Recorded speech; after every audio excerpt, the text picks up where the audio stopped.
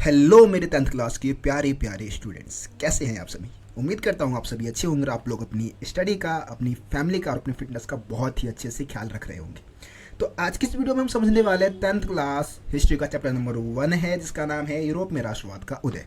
3 video पहले ही upload कर चुका हूँ, नहीं देखा है जरूर देख लेना। आज की वीडियो में हम 3.3 टॉपिक है जिसमें हम उदारवादियों की क्रांति से शुरू करने वाले हैं और आज की इस वीडियो में आपका ये चैप्टर खत्म भी हो जाएगा। तो चलिए पहला टॉपिक समझते हैं आज की इस वीडियो का।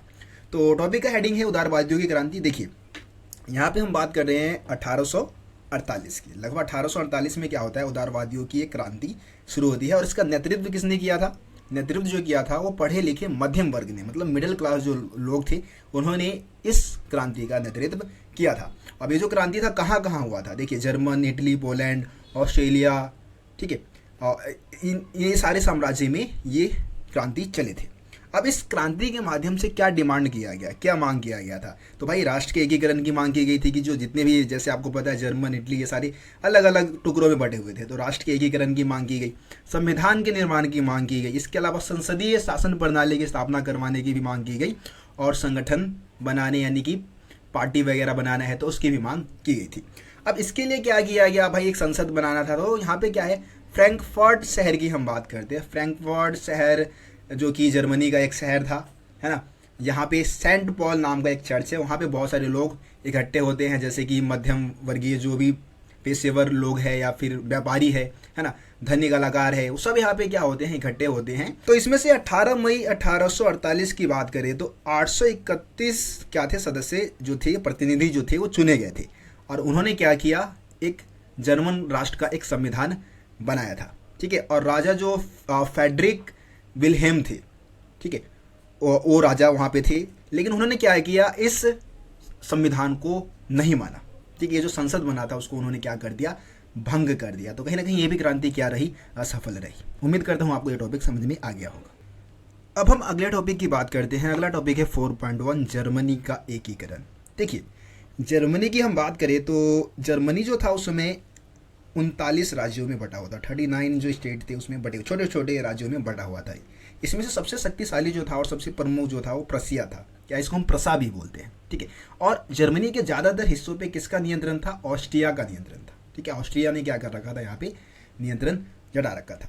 तो अब इसके एकीकरण में जिस व्यक्ति का नाम सबसे प्रमुख नाम है वो है ऑटो वन बिस्मार्क। क्या नाम बोला मैंने, ऑटो वन बिस्मार्क। इसको मतलब जैसे हम सरदार पटेल की बात करते हैं, इंडिया के एकीकरण में, भारत के एकीकरण में सरदार पटेल का योगदान रहा। उन्होंने 565 रजवाड़ों को मिलाया था। हमारा जो देश था आज़ादी के समय 565 रजवाड़ों में बटा हुआ था, उनको भारत में मिलाने का काम किया था। इसी तरीके से ये 39 राज्यों को मिलाने का काम जर्मनी में कौन करते हैं, ऑटो वन बिस्मार्क करते हैं। 3 युद्ध होता है, देखिए जिसमें से 1864 में हम बात करें तो बिस्मार्क के नेतृत्व में ही डेनमार्क के साथ युद्ध होता है, जिसमें प्रसिया जो है यानी कि प्रसा जो है उसकी जीत होती है। दूसरा युद्ध होता है आपका 1866 में, यानी कि 2 साल बाद, जिसमें ऑस्ट्रिया के साथ युद्ध होता है।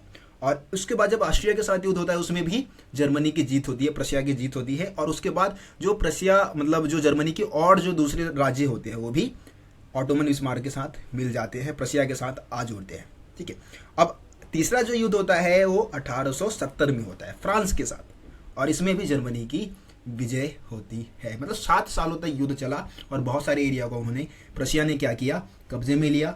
और उसके बाद आखिरकार जर्मनी का एकीकरण हुआ और जर्मनी के राजा थे विलियम प्रथम, है ना। विलियम प्रथम को एक तरीके से वहाँ का राजा घोषित किया गया, क्योंकि उस समय के हिसाब से राजतंत्र ज़्यादा सही था उनके लिए, तो इसलिए उन्होंने राजतंत्र को ही रहने दिया। विलियम प्रथम वहाँ के राजा बने, जर्मनी का एकीकरण हुआ, ठीक है। तो ये पॉइंट्स आप इस तरीके से आप जर्मनी के एकीकरण में बता सकते हैं, आपके बुक में भी ये सारी चीज़ें लिखी हुई है।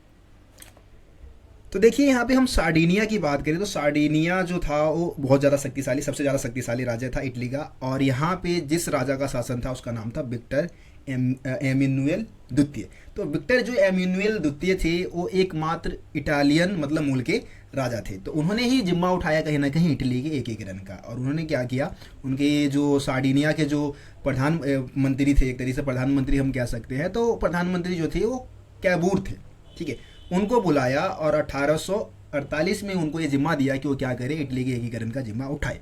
अब देखिए इन्होंने क्या किया, इटली के एकीकरण में, जैसे कि बिस्मार्क ने जर्मनी के एकीकरण में महत्वपूर्ण भूमिका निभाई थी, उसी तरीके से कैबूर ने क्या किया था, इटली के एकीकरण में महत्वपूर्ण भूमिका निभाई थी। देखिए आप युद्ध की बात कर लेते हैं, कैसे कैसे कौन कौन से एरिया को मतलब जीता उन्होंने, कैसे अपने कंट्रोल में लिया। तो 1859 में क्या होता है, ऑस्ट्रिया के साथ युद्ध होता है। आपको पता है कि ऑस्ट्रिया का कब्जा कौन से एरिया में था, उत्तरी भाग में, उसको हराया जाता है वहाँ पे, फिर उसको कब्जे में लिया जाता है। अगर हम नीचे की बात करें तो गैरीवोल्डी का भी नाम आप यहाँ पे बता सकते हैं। जो गैरीवोल्डी थे, गैरीवोल्डी भी एक बहुत बड़े क्रांतिकारी थे। तो गैरीवोल्डी की सहायता से क्या किया गया, 1860 में जो नीचे का जो आपका एरिया था, दक्षिणी वाला भाग, जहाँ पे बोरबोन वंश का राज था, उसको कब्जे में लिया गया, क्योंकि गैरीवोल्डी का जो यहाँ पे पकड़ था वो ज़्यादा अच्छा था और वहाँ के आम लोगों को उन्होंने जुटा लिया था। तो इस वजह से कैबूर और इन दोनों ने मिलकर दक्षिणी भाग को जीत लिया। ठीक है, और 1861 में वहाँ पे भी राजतंत्र की स्थापना होती है और बाकी पूरा ये जो इटली है आपका वो एक हो जाता है। बात करें हम, हाँ, मध्य वाले भाग की अगर हम बात करें, जो मिडल इटली था, तो वहाँ की अगर बात करें, वहाँ पे पोप का नियंत्रण था। जब ऊपर से भी आपका कैबूर ने ऊपर वाले एरिया को भी कब्जे में ले लिया। हम दक्षिण भाग की बात करें, दक्षिण इटली के भाग की बात करें, तो वहाँ पे भी सार्डिनिया का कहीं ना कहीं कब्जा हो गया, ऊपर भी कब्जा हो गया। तो बाद में पोप कहाँ लड़ पाएंगे, युद्ध कर पाएंगे क्या पोप? वो तो भाई कहीं ना कहीं सन्यासी है। तो उन्होंने भी फिर क्या किया, इस मध्य वाले भाग को भी सार्डिनिया के नियंत्रण में कर दिया, मतलब कैबूर के नियंत्रण में आ गया और पूरी तरीके से इटली जो था वो एक एकीकृत राष्ट्र हुआ, इटली का एकीकरण हो गया। ठीक है, तो उम्मीद करता हूँ जो भी पॉइंट्स आपको समझाया इसमें समझ में आ गया हो। अगला टॉपिक है 4.3, ब्रिटेन की अजीब दास्तां। इसमें हम ब्रिटेन के एकीकरण की कहानी की बात करने वाले हैं। जैसे कि हमने अभी दूसरे कंट्रीज़ की बात की, जर्मनी, इटली वगैरह की हमने बात की, तो यहाँ पे काफ़ी ज़्यादा संघर्ष हुआ है ना एकीकरण में। लेकिन यहाँ पे ब्रिटेन की अगर हम एकीकरण की बात करें, है ना, ब्रिटेन में राष्ट्र निर्माण की अगर बात करें, तो ये बहुत लंबी प्रक्रिया है। ठीक है, अब देखिए यहाँ पे अगर हम ब्रिटेन की मैप को देखें, देखिए ब्रिटेन की अगर हम बात करें, यहाँ पे आप देखेंगे तो यहाँ पे अलग अलग तरीके के जनजाति के लोग यहाँ पे निवास करते थे। जैसे कि आप देखेंगे, आप इसके दक्षिणी भाग, जैसे आपको जो मैप दिखा रहा हो, तो सबसे ऊपर आप देखेंगे आपका स्कॉटलैंड है, यहाँ पे स्कॉट लोग रहते थे। ठीक है, हम नीचे आएंगे, आपका इंग्लैंड है, तो इंग्लैंड में इंग्लिश लोग रहते थे। आप इस तरफ देखेंगे तो वेल्स है, वेल्स में वेल्स लोग रहते थे।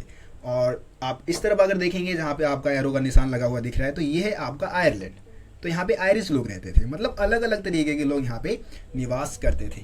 देखिए स्टार्टिंग में यहाँ भी क्या था, ब्रिटेन में भी राजतंत्र ही था। ठीक है, लेकिन आपका 1688 में क्या हुआ, राजतंत्र को समाप्त किया गया, वहाँ पे संसदीय शासन को अपनाया गया। ठीक है, लेकिन राजा भी एक तरीके से कहीं ना कहीं अपने पास शक्तियाँ रखता था। ठीक है, 1707 में क्या होता है, इंग्लैंड और स्कॉटलैंड के मध्य एक कहीं ना कहीं हम कह सकते हैं कि संधि होता है ना, एक एक्ट पारित किया जाता है जिसको हम बोलते हैं एक्ट ऑफ यूनियन। ठीक है, इसके माध्यम से, एक्ट ऑफ यूनियन के माध्यम से क्या होता है, United kingdom of great Britain की स्थापना होती है, यानी कि स्कॉटलैंड को इंग्लैंड में मिलाया जाता है। कहने का मतलब ये है। उसके बाद हम आयरलैंड की बात करें तो भाई आयरलैंड में क्या था, आयरलैंड में दो तरीके के लोग रहते थे। आयरिश तो थे, लेकिन आयरिश भी दो प्रकार के थे, एक कैथोलिक को मानने ईसाई थे, लेकिन एक कैथोलिक ईसाई थे, और दूसरे जो आपके थे वो प्रोटेस्टेंट थे। अब ये कैथोलिक और प्रोटेस्टेंट में क्या अंतर है, कैथोलिक जो है वो कैथोलिक चर्च को मतलब चर्च की अवधारणा को मानते हैं और ईसाई धर्म की पुरानी अवधारणा है। प्रोटेस्टेंट जो है वो ईसाई धर्म की नई अवधारणा है, जो मार्टिन लूथर वाला जो मार्टिन लूथर को मानने वाले हैं उनको हम प्रोटेस्टेंट ईसाई बोलते हैं। ठीक है, तो जो इंग्लैंड है, इंग्लैंड ने क्या किया, आपका यहाँ पे प्रोटेस्टेंट जो कि अल्पसंख्यक थे आयरलैंड में, उनको सपोर्ट करना शुरू कर दिया, और इस कारणवश क्या हुआ, वहाँ पे काफ़ी ज़्यादा मामला खराब हुआ, है ना। और बलपूर्वक 1801 में क्या होता है, बलपूर्वक आयरलैंड को ब्रिटेन का हिस्सा बनाया गया। ठीक है, तो ये आपके बुक में ये सारी चीज़ें ब्रिटेन के एकीकरण में बता रखा है, ये सारे पॉइंट्स आप उसमें समझाएंगे। अब टॉपिक नंबर 5 की हम बात करते हैं, जो कि है राष्ट्र की दृश्य कल्पना। अब राष्ट्र, कोई भी राष्ट्र है, राष्ट्र के दृश्य के माध्यम से, चित्रों के माध्यम से कैसे दर्शाया जाता है। तो देखिए यहाँ पे हम बात करें तो यूरोप में, चाहे हम इंडिया की बात करें तो इंडिया में हम भारत को क्या भारत माता के रूप में हम दर्शाते हैं। इसी तरीके से इंग्लैंड मतलब ब्रिटेन में या फिर जो यूरोप है, यूरोप में भी क्या है कि राष्ट्र को कहीं ना कहीं किसी न किसी महिला के चित्र के माध्यम से दर्शाया गया। जैसे कि हम फ्रांस की बात करें तो फ्रांस में एक बहुत ही लोकप्रिय नाम है मेरियन, है ना। तो मेरियन के रूप में दिखाया जाता है, उसे लाल टोपी, तिरंगा और कलगी के साथ दिखाया गया है। ठीक है, इस तरीके से अगर हम जर्मनी की बात करें तो जर्मनी में है जर्मेनिया। ठीक है, जमैनिया की अगर हम बात करें तो उसे बलूत वृक्ष के पत्तों के मुकुट से सजाया गया है। और बलूत जो आपका जो वृक्ष है, मतलब इसको कहीं ना कहीं वीरता का प्रतीक माना जाता है। तो ये पॉइंट हो गया आपका, इसमें आप ये बता देंगे बस। सो अब हम इस चैप्टर के आखिरी टॉपिक को समझते हैं, जो कि है राष्ट्रवाद और साम्राज्यवाद। तो राष्ट्रवाद का मतलब आपको पता ही है, अपने राष्ट्र के प्रति प्रेम भावना दिखाना है ना, राष्ट्र के प्रति अपना समर्पण दिखाना कहीं ना कहीं, वो राष्ट्रवाद है। साम्राज्यवाद में क्या होता है? साम्राज्यवाद में हम क्या करते हैं, एक शक्तिशाली देश, मतलब साम्राज्यवाद में एक शक्तिशाली देश क्या करेगा, अपने देश की सीमाओं को बढ़ाएगा, वो अपने देश की सीमाओं का विस्तार करेगा और उसके लिए दूसरे देशों की सीमाओं पे कब्जा करेगा, दूसरे देशों पे कब्जा करेगा। तो ये साम्राज्यवाद है।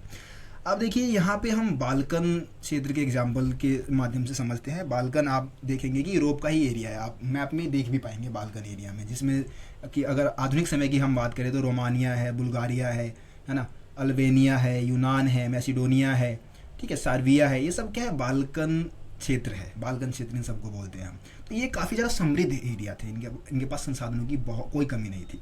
लेकिन इस पे क्या था, ऑटोमन साम्राज्य का नियंत्रण था। ऑटोमन साम्राज्य आपको पता है एक मुस्लिम साम्राज्य था ये, और यहाँ के जो लोग थे वास्तव में ईसाई थे। तो इस कारणवश क्या होता है, वहाँ पे विद्रोह होता है। और 19वीं सदी की अगर हम आखिरी आते आते अगर हम बात करें तो भाई यहाँ पे क्या होता है कि जो ऑटोमन साम्राज्य है वो कमज़ोर होना शुरू हो जाता है, ठीक है।